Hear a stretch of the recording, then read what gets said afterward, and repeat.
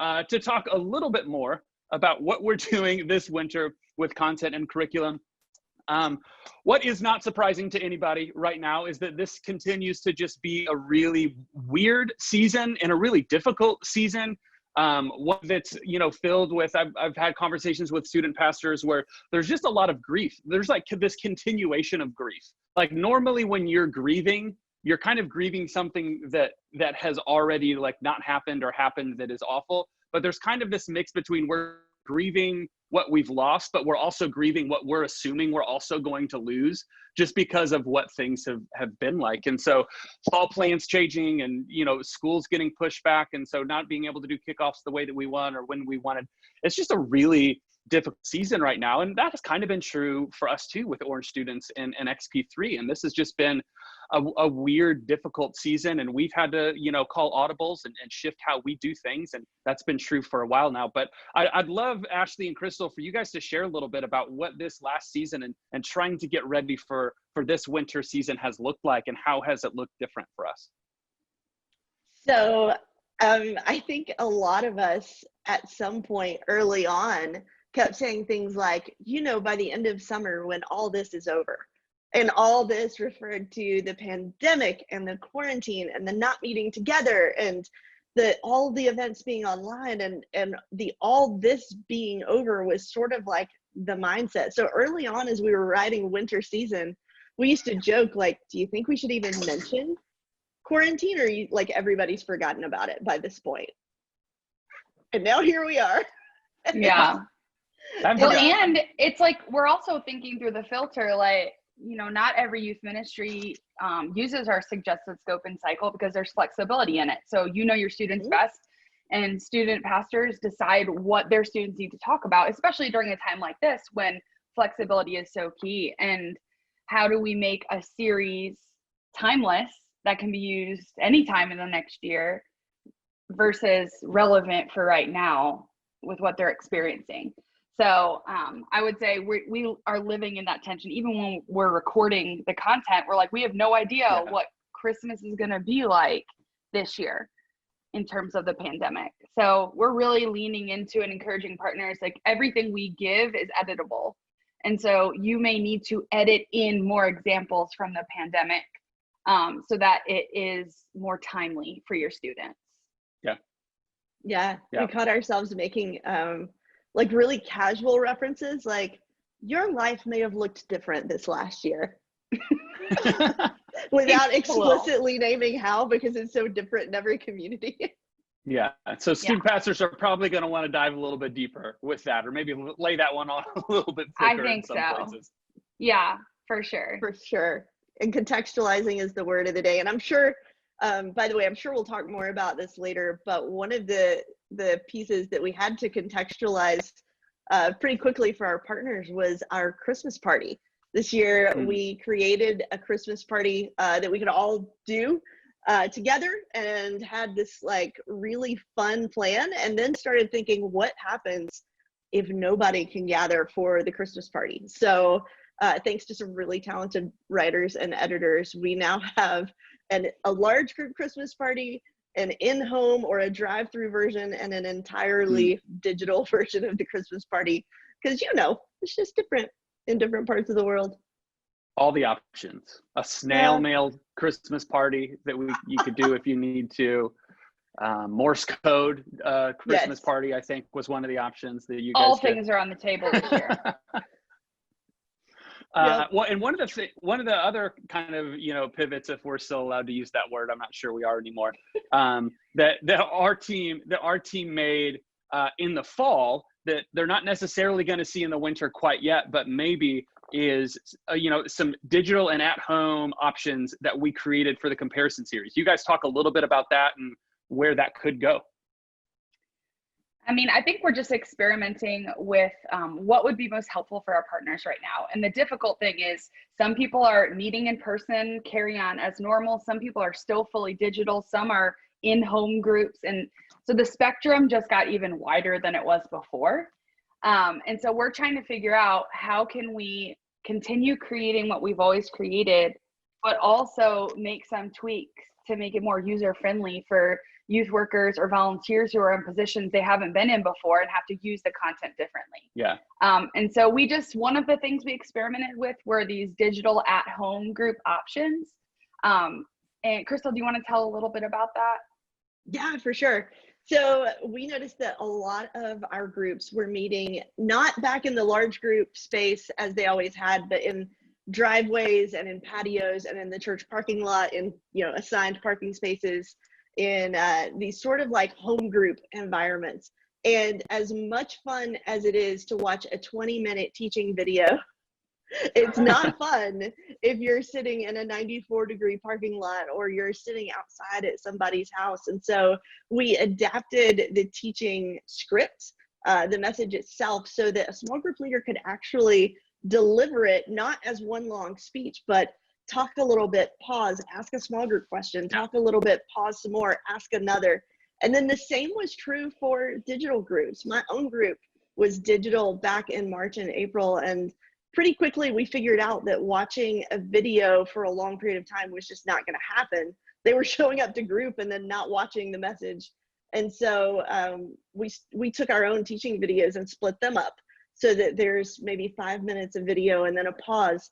Go talk about this with your group. Go do an activity with your group. Come back, talk for a little bit longer in large group, and then go back and pause and talk with your small group, just to integrate small group and large group a little bit, so it feels a little bit more engaging to the student who's maybe on Zoom in a classroom all day long and not necessarily wanting to hear a talking head for 15 or 20 minutes. And in addition to those tweaks on the videos, we also provided scripts and small group guides that were adapted. So that if you trusted your small group leaders to teach the lesson themselves, so that they didn't have to look at another screen, that they could teach a certain part of the lesson, then talk about these 1 or 2 questions or do this activity, then continue on with the lesson. So depending on what works for your group, or give all the options and let your small group leaders choose. Hopefully there's something in there that's helpful. As I said, we're experimenting, so we need to keep hearing from all of you. Like, is that helpful? Is that the most helpful thing we could do right now? Is there something that's more helpful? So that's in the This or That or the Like Me series from the fall. And we would love your feedback. So hop on this Facebook page, this Facebook group, and share your thoughts when you've had a chance. We'd love to hear your thoughts. Also what your small group leaders thought about it, what, if your students were engaged with it. That was one of my favorite ways to teach, even when things were normal. I loved having them sit in their small groups, even in the, the large group space, and to teach the intro, throw it to a question, bring it back, teaching the tension. So I love trying to help this be a little bit more, usable and innovating in this way in the midst of this time, because that's kind of what everybody's doing right now, just trying to figure it out and see what works and what doesn't work. So we'd love your thoughts. We'd also love to hear from you. What is something that you're just doing different this fall? What is something new that you're trying, that you're innovating, that you're doing different this fall? And we'll send some sort of like a winter sort of a gift to someone who maybe gives us the answer that we think is the best, which is completely subjective.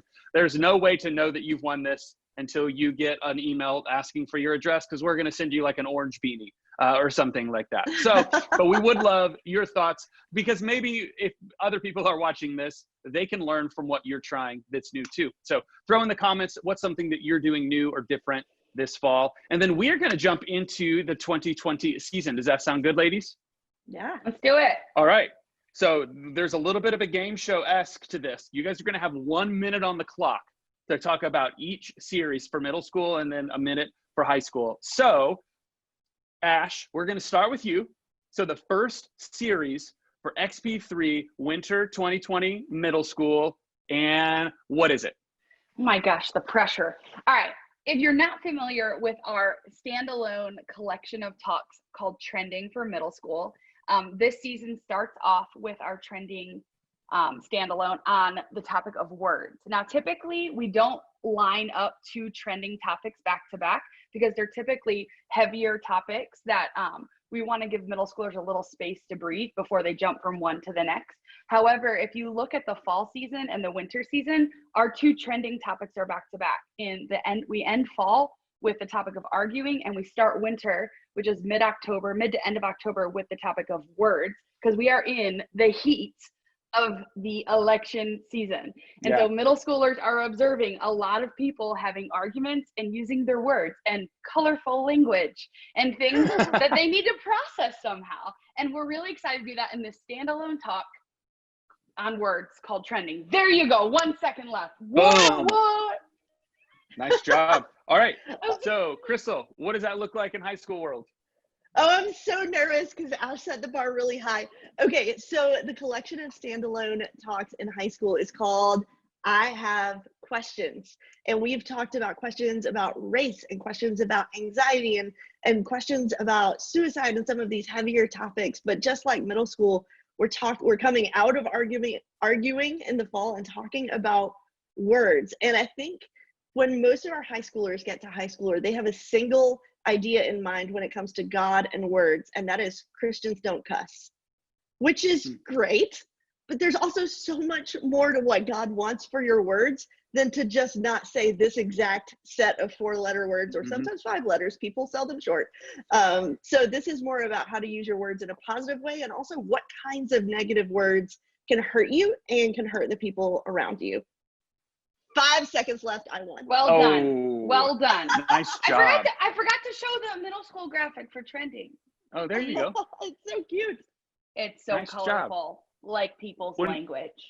When we're done with this, we'll throw all these images up on the page too, so people can see them a little bit better. But I love that we're leading students to have these kind of conversations in this season when it is so important to be able to give them some parameter. And to be honest, in some ways, they might learn some healthier ways to use their words and have conversations and arguments than maybe even their parents are modeling for them, which can get a little sticky. So youth pastors, have fun with that one. Okay, so Crystal, the second series for winter for high school, what's that like? Oh my goodness, you guys, I could not be more excited about this one. So last spring, our friends Reggie Joyner and Kristen Ivy and Dr. Virginia Ward, they developed this book that has become one of my favorites. It's called It's Personal.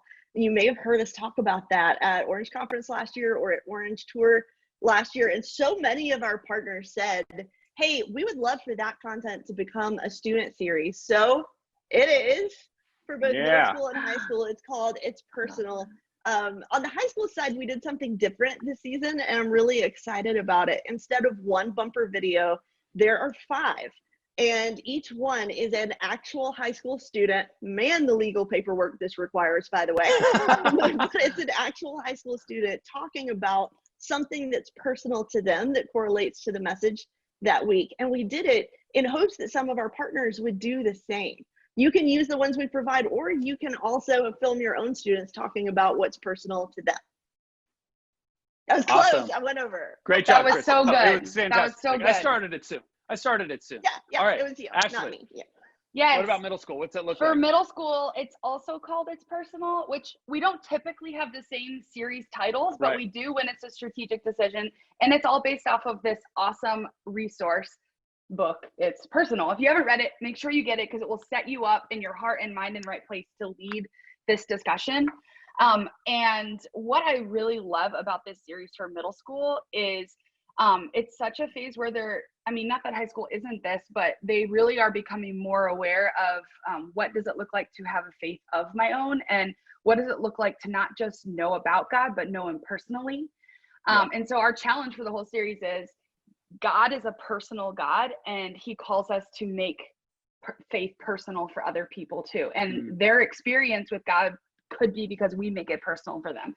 So some of the things we're doing in our small group time in this series are challenging students to learn the names of people in their community, whether it's in their neighborhood or on their school bus, if they're going to school, or in their class. We got this idea from Gina Abbott. She made I think a map of her whole neighborhood, and they tried to learn the name of every person in the neighborhood during the pandemic. And they're designing t-shirts to represent what matters to them, and all kinds of fun things that they get to do to almost form an identity as a group. And I could keep talking about this, but my time is up, so I'm going to stop. But I'm very excited about this series. Okay. Well, Ashley, okay. how are your hands, Ashley? Let's do a quick hand sweat check. Are they doing okay? Well, I've taken them off for a few seconds. It's wool, so it's actually not super sweaty. Wool, you don't really sweat in. I had to lose the jacket already. Sorry, Crystal, we cut you off. Go ahead. Okay, so one more thing about the It's Personal series that, oh, you guys, I can't even. I'm so excited about it. So week 5 talks about this idea that anybody can radically change. And sometimes, especially those of us who grew up in church or who grew up in youth group, we tend to assume who's in and who's out and who has the potential to change and who doesn't. And so we challenge that belief in the 5th week and set it up so that the very next thing that happens is a Christmas party. And we challenge students to invite everyone to the party, not assuming who belongs there and who doesn't, but invite everybody in. So I feel like it sets youth ministries up to have a really good invest and invite event the next week by using the message at the end of It's Personal. Yes. I love that. Before we move away from It's Personal, I want to do a quick poll because something that's going to come up in the It's Personal series is a personal pronunciation preference conversation. Is it Zacchaeus or is it Zacchaeus? So if you vote Zacchaeus, if you say Zacchaeus was a wee little man, I just want you to give me a number 1, Zacchaeus. Or if you think it's Zacchaeus, I want you to do a number 2, because we've had some conversations as a staff because we tend to do, I'm a number 1, it's Zacchaeus. Zacchaeus was a wee little man. A wee little man was he. It's come on, and we don't make fun of people's stature. I feel like there's a different way people say it, like Zacchaeus versus Zacchaeus, right? Because the way you're saying it is, I've never heard it. Zacchaeus. Well, I guess I'm more talking about, is it Zach or Zuck for kind of the first syllable is the question. Number 1 would be Zach, like Zach Morris. Number 2 would be Zuck, like Zuck Morris, who's not a real person. Like Mark Zuckerberg. So yeah, Justin, number 1 makes me cringe. Ooh, I am in the minority for this one. So we're going to move on and pretend like this didn't happen. All right. So Ashley, I want you to start talking about this Christmas series for middle school for us. What is that going to look like? This Christmas party, all things Christmas. What is that looking like? It's called Best Christmas Ever for middle school. I love those graphics. Thank you. I love the neon look. Sometimes it's hard to get like a good middle school vibe for Christmas without it feeling too grandma or too like preschool. And so I'm excited. Like Crystal said, it's an invest and invite, and we are launching from It's Personal into this series. And the Christmas party is what you're inviting people to, which happens to be week 1 of this 3-week series. And it's called Let It Glow. Hello. And I'll let Crystal talk a little bit more about the party section of it. But I'm excited. And we do talk about the COVID pandemic for the middle school series in the Christmas specific week 2, because we knew people would do the Christmas series at Christmas. And so we looked back at the year because the second week is about God being with us. And we talked about how this was definitely a year where we learned the importance of being with each other and like physically in the same room, hanging out and like seeing each other, and how we really learned to value that. And God values that too. I'm out of here. Awesome. Well, I just had to cut myself off. Kevin's taken us to Greek school down here in the comments right now about Zacchaeus, maybe. There's a chi in the middle, he says. So I'm learning new things. All right. So Crystal, high school, Christmas, go. Okay, so just like middle school, we're kicking things off with a Christmas party. And I know for our youth pastor friends, that's something you have to do every year, is have a fun Christmas party. And we said, what if we could help and build the graphics and plan some really amazing games, and even go ahead and write that little devotional talk that we always give at the Christmas party. And so it is called the Let It Glow party. Ooh, my phone went off. There we go. The Let It Glow party. The idea is it is a fully blacklit glow sticks. Buy some of those Christmas lights you can wear on your shirt party, and having students show up basically glowing. Now, if you're in a part of the country where you can't meet in a large group for that to happen, we got you covered. You're going to get families to donate their glowing inflatables from their front yards, line them up in the church parking lot, and do a drive-through glow dance party. Or there's even a situation where you can do that in people's homes and send glow stick care packages to people's houses, which we're really excited about. Now, that's probably the whole minute talking about the party, but I'm going to keep going because I'll give you another minute for theories. That's right. Give me another minute, Brett. So Christmas Lights is the high school Christmas series. I love the look of this one. It's like this kind of old school video game where it all lights up over time. But the idea of the series is that the light of the world came to Earth and then turns around and says to us, "You are the light of the world." And we're helping students understand that connection between a God who came to Earth, choose to be with us and light the way, and how we can go choose to be with others and light the way for them. And as part of that, we partnered with Compassion International to do an additional XP. So if you're keeping track on the high school side, that is 3 XPs. And we'll be working with Compassion basically to raise money to help them be the light of the world to people around the world, which I think is going to be really, really fun. Awesome. So this Christmas party is a new thing. Like we've to this extent, especially creating a drive-by Christmas party experience. We've drive through. Yeah, sorry. That's the language, I guess. We're gonna move on. All right, Ash, and I know your 2 or your 3 was kind of off the charts there because she got an extra minute and you didn't. It's okay. So I'm giving you 2 minutes for this final one. All right. So emotions. What does that look like for middle school? Well, what am I talking about right now? The emotion series. Oh, the emotions series. Feelings wheel us up, Ash. Come on. Oh, I'm very excited about this one, friends. We actually partnered with our good friend Andy Stanley, and we took a series he did for adults called "You're Not the Boss of Me" and made middle and high school versions of this series. And I'm really excited about it because it's a whole mood in and of itself, which is fantastic. And we wanted to make a lot of supporting resources because if you've led middle schoolers for any length of time, you know there are a lot of emotions, a lot of feelings, a lot of moods, which I know scientifically those are all different things, but for the phase, we're going to talk about them kind of interchangeably, like the way teenagers talk about them.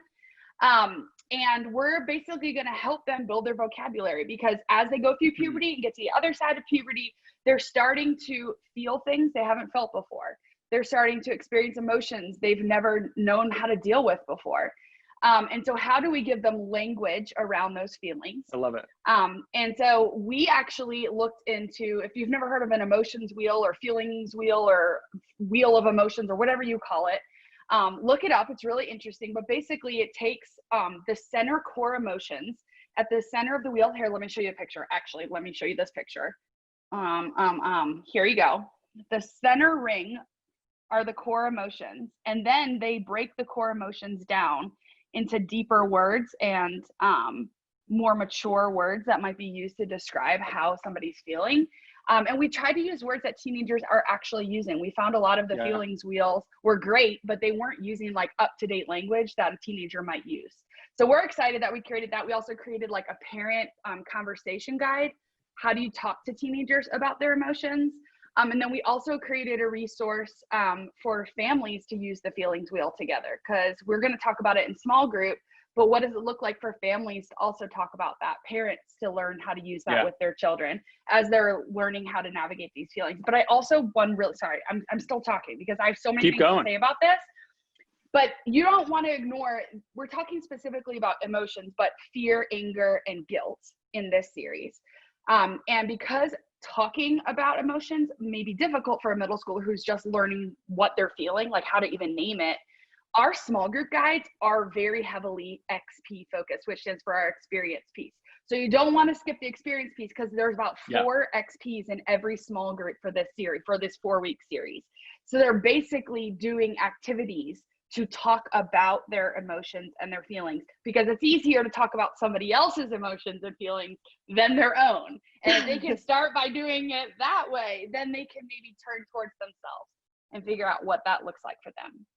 I have so many things to say. I love that we're having these kind of conversations. I love it because I think so often in the church, we use a few different verses and we talk about how we shouldn't trust our feelings. And then we kind of devalue emotions and feelings. And I think that it's so great that we're, in a healthy biblical way, walking them through what does it look like for us to really understand the way that God created us and how to process those emotions. That's awesome. Crystal, in high school, what's it looking like? So very similarly, we partnered with our friend Andy Stanley, and you might even remember, if you're familiar with his content, he did an emotion series called You're Not the Boss of Me.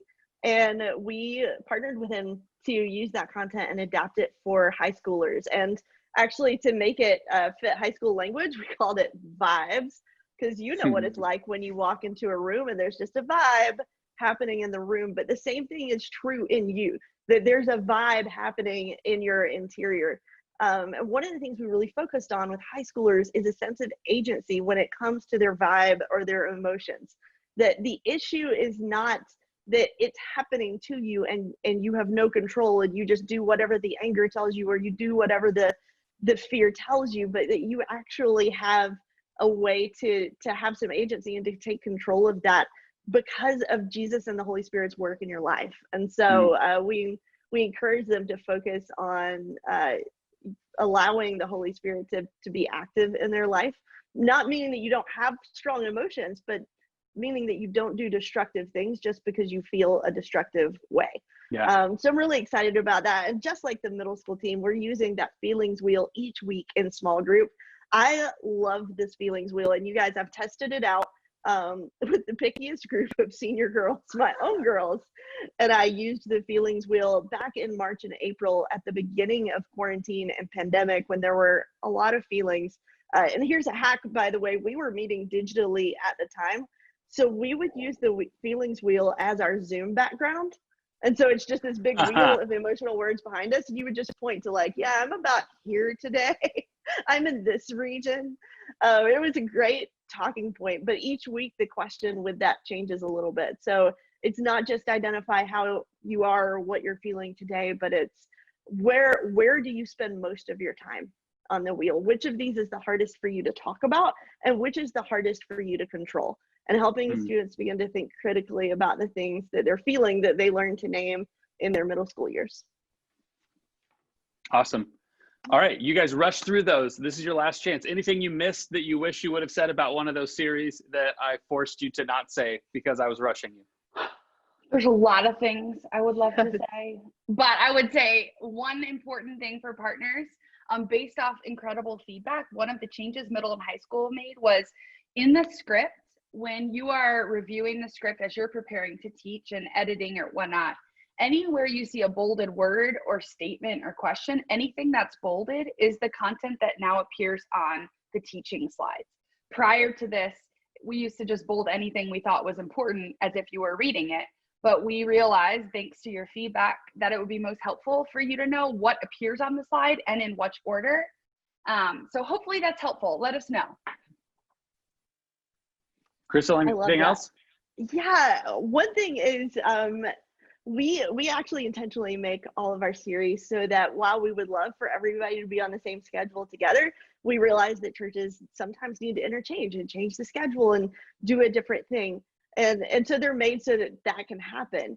But I would say this season, maybe more than any other season, if you have never tried being on the scope and cycle and doing them in that order, this is the one to do it, because they are laid out in such a way that each sets up the other to win. So that it's personal series sets up students to care about their neighbor and invite their neighbor to a Christmas party. The Christmas party is designed with kids in mind who've never been to church before. And then to talk about emotions in January was not just a happenstance of the calendar. It's because January is the time when most depression and anxiety rises. It's the month where the most suicides happen. And so we want small groups to be actively talking about their inner emotional world in January, especially maybe this January more than any other. So if you've never tried doing it on the schedule, I would say, hey, give it a go this time. It might be one of the most helpful things. Awesome. Crystal and Ashley, thank you so much. If you guys want to learn a little bit more about the Focus Year Scope and even what is ahead in the next couple seasons, you can go to orangestudents.com/plans, learn about a 3-year scope and cycle, even what's coming up in the spring and summer of 2021, which is weird to say. A couple of little blurbs before we get out of here. Something that Charlie Candace and I have been doing as Orange Specialists. So we've been doing these strategy sessions for the past couple months. And I know that some of you have been a part of those, and they've been so fun. It's basically just like a group of student pastors, a group of y'all jumping on, and we're having conversations surrounded a certain topic, like small groups or digital ministry or parent ministry, something along those lines. And there's no content. They're basically just kind of group conversations and brainstorming together. So we would love for you to hop on those. We actually have our October, November, December strategy sessions that are going to be going live very soon. And a bunch of them are even up right now. And so you can go to orangestudents.com/OS, figure out who your OS is, and then sign up for those strategy sessions through them. And another really cool thing that we're really excited about coming up in just like a month or two is the Youth Ministry Exchange, YMX. Crystal, tell us a little bit about that. You guys, I could not be more excited about this event. This is going to be a little bit different than other events. I know that some of you have joined us in the past at Orange Tour, and we love getting to travel the country and getting to see you. I know some of us have met at National Youth Workers Convention, and that's one of our favorite events all year long.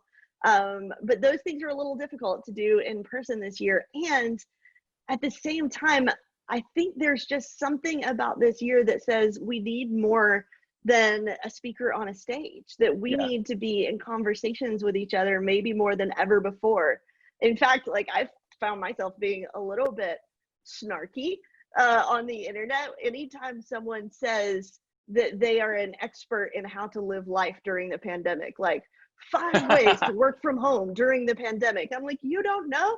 We're all doing this. Every one of us is in a brand new season of life, a brand new season of ministry.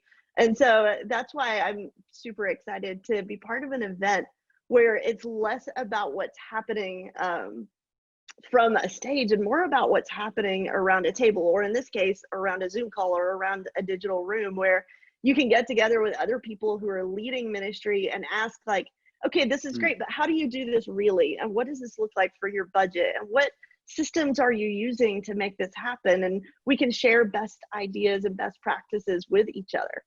Now, some of you have asked this question, and you're absolutely right. You've said, I remember a couple of years ago, there was an event called Youth Ministry Leadership Exchange, YMLX. And I was just talking to one of our partners on Friday, Steve Cullum, who said that was one of his favorite events ever. And he said, is this the same? And the answer is like, yeah, in a lot of ways it is. That was our beta test of an event where you get leaders around a table together. You have experts come in and share a big idea. And then around the table, you talk about what that idea looks like practically together. And so this is, this is absolutely a similar idea. I'm so excited to bring it back.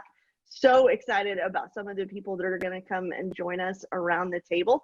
And by the way, right now is the least expensive registration price we're going to have. So just FYI, I think it goes up September 4th, this Friday. I think so. The price goes up. But just FYI, this opening price will be the least expensive that it ever is, which is kind of exciting. Awesome. Crystal and Ash, thanks for hanging out. Thanks for all of the hard work that y'all do to create this kind of content. Obviously, I'm biased because my checks are orange right now, but for a long time they weren't. And I was using XP3, and it made such a big difference in my ministry. And I'm so grateful for what your teams do week in and week out to make something like this possible for us to resource our leaders and our students and our parents. So Ashley, Crystal, thank y'all so much. Thanks for hanging out with us and for joining us. If you have any questions, you can throw them in the chat. You can post them on the Facebook page. You can send them to your orange specialist. We want to help however we can, and we hope to see y'all soon. Bye.